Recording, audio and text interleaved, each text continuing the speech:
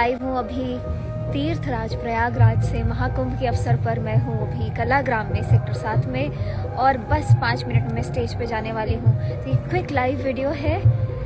Stage पे जाने से पहले बैक स्टेज हूँ मैं। ये हमारा कॉटेज एरिया है, हम लोग यहीं पे ठहरे हुए हैं और बिल्कुल बाहर निकलते ही स्टेज है।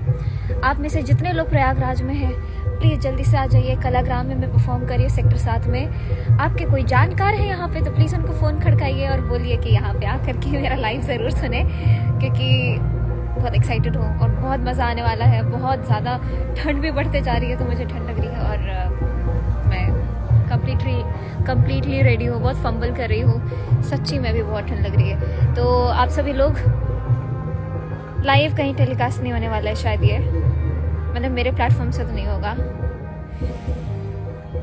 Thank you so much everyone. आप सभी लोगों को इनवाइट करने के लिए मैं लाइव आई हूँ। तो चलती हूँ मैं स्टेज पे। हम चल सकते हैं, मैं रेडी हूँ। है अभी समय है? ओके। तो अभी क्विक मेंटेनेंस चेक हो रहा है कि स्टेज पे सब ठीक है कि नहीं और हम लोग